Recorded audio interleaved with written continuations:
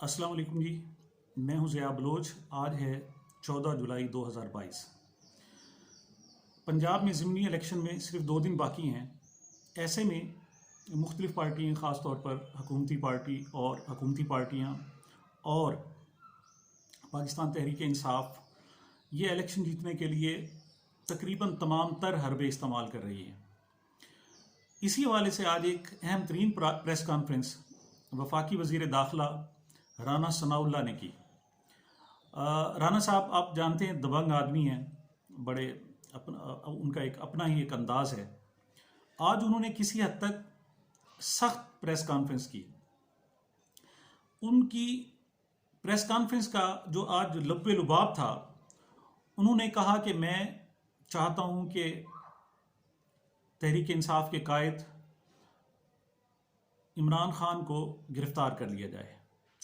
اس حوالے سے گرفتاری نہ ہونے کے بارے میں انہوں نے جو اپنی مجبوری بتائی، انہوں نے کہا کہ میں عمران خان کو کسی چھوٹے موٹے مقدمے میں گرفتار نہیں کرنا چاہتا، بلکہ میری خواہش ہے کہ وہ آرٹیکل 6 کے تحت، آرٹیکل 6 آپ جانتے ہیں کہ یہ بغاوت کی جو بغاوت کا آرٹیکل ہے، کہ ان کو بغاوت کی دفعہ کے تحت آرٹیکل 6 کے تحت ان کو گرفتار کیا جائے۔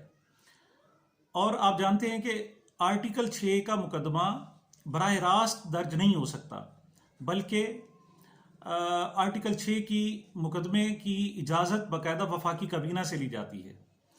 اب انہوں نے کہا کہ میری شدید خواہش ہے، انہوں نے دلی خواہش کا اظہار کیا کہ میری شدید خواہش ہے کہ میں عمران خان صاحب کو آرٹیکل 6 کے تحت گرفتار کروں، لیکن انہوں نے اپنی مجبوری بتائی کہ میں نے بطور وزیر داخلہ، وفاقی وزیر داخلہ، یہ لکھ کر وفاقی کابینہ کو دیا ہوا ہے کہ انہیں فوری گرفتار کرنے کے لیے یہ مقدمہ درج کیا جانا چاہیے۔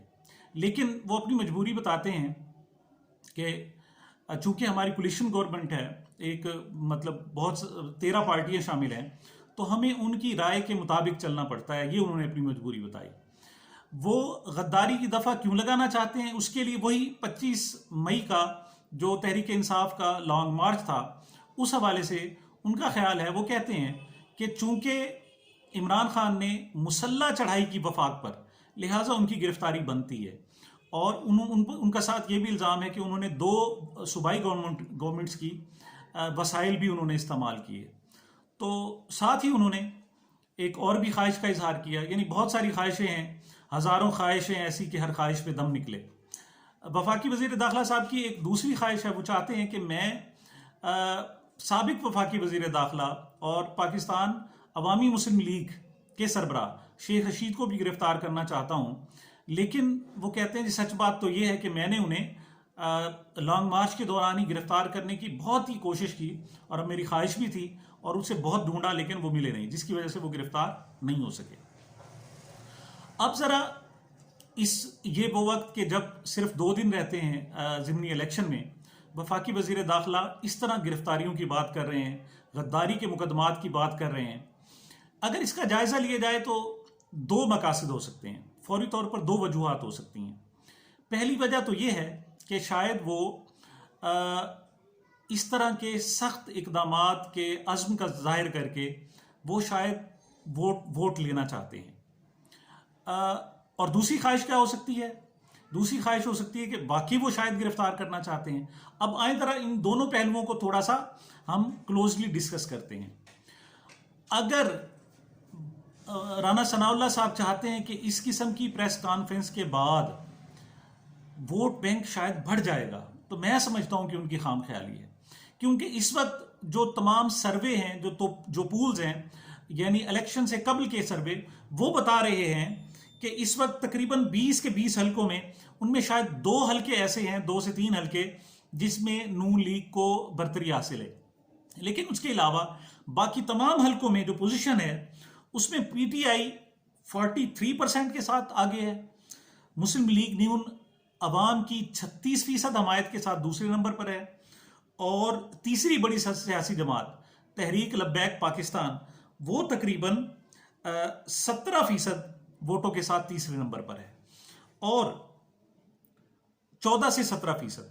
لیکن ان میں ایک خاص بات جو تقریباً تمام حلقوں میں ہے کہ تقریباً 10 سے 15% لوگ ایسے ہیں جو کسی بھی پارٹی کو، کسی بھی جماعت کو ووٹ نہیں دینا چاہتے، اور سیاسی تجزیہ نگاروں کے مطابق یہ وہ 15% لوگ ہیں جو الیکشن کے آخری دن میں یا آخری رات میں حقیقی طور پر فیصلہ کریں گے، اور جس کی طرف یہ 15% لوگ چلے گئے ہمیں وہ الیکشن جیت جائے گی، وہ پارٹی الیکشن خاص طور پر جیت جائے گی۔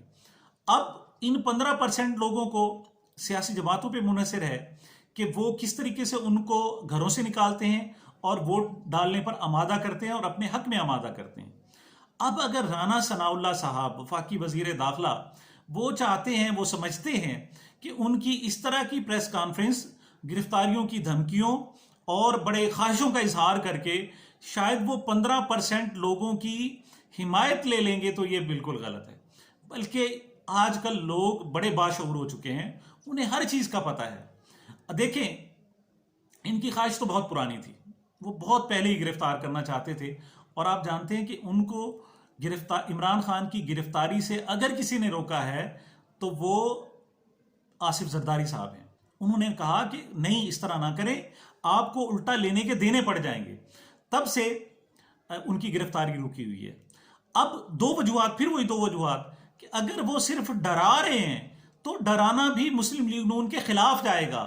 وہ لوگ 15% لوگ جو ابھی تک الیکشن میں ووٹ نہ ڈالنے کا عزم ظاہر کیے ہوئے ہیں، جب ان کی فاشزم کو دیکھیں گے، ان کے فاشسٹ نظریے کو دیکھیں گے اور اس طرح گرفتاریوں کی دھمکیوں کو دیکھیں گے، تو ان کا آٹومیٹکلی ہمدردی کا ووٹ مسلم لیگ نون کی پاس نہیں جائے گا، بلکہ پی ٹی آئی کی طرف چلا جائے گا۔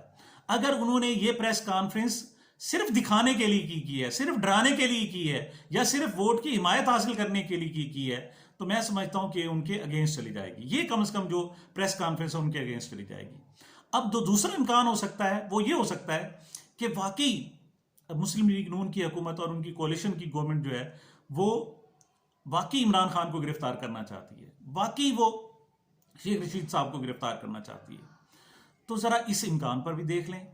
دیکھیں، اس وقت 2 ووٹوں پر کھڑی ہوئی ہے مسلم لیگ نون کی اور اتحادی جماعتوں کی جو حکومت ہے، اور اس وقت بلوچستان عوامی پارٹی، جسے باپ پارٹی کہتے ہیں، وہ ان سے ناراض ہے۔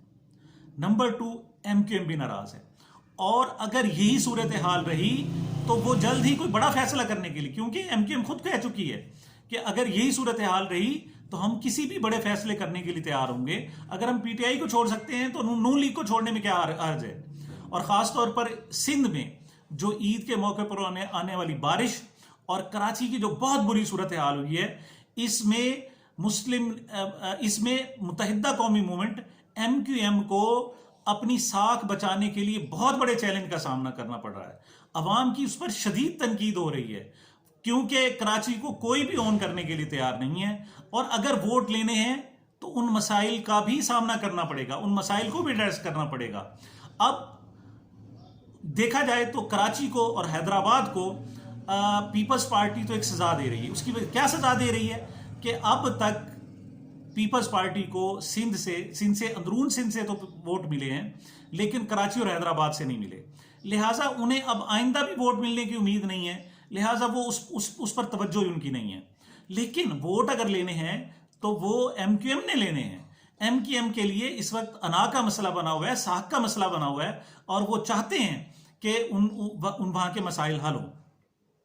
تو اگر رانا ثناء اللہ صاحب واقعی یہ بتا رہے ہیں کہ وہ عمران خان صاحب کو اور شیخ رشید صاحب کو گرفتار کر لیں گے، تو وہ صرف ملک میں انارکی پھیلائیں گے اور کچھ بھی نہیں کریں گے۔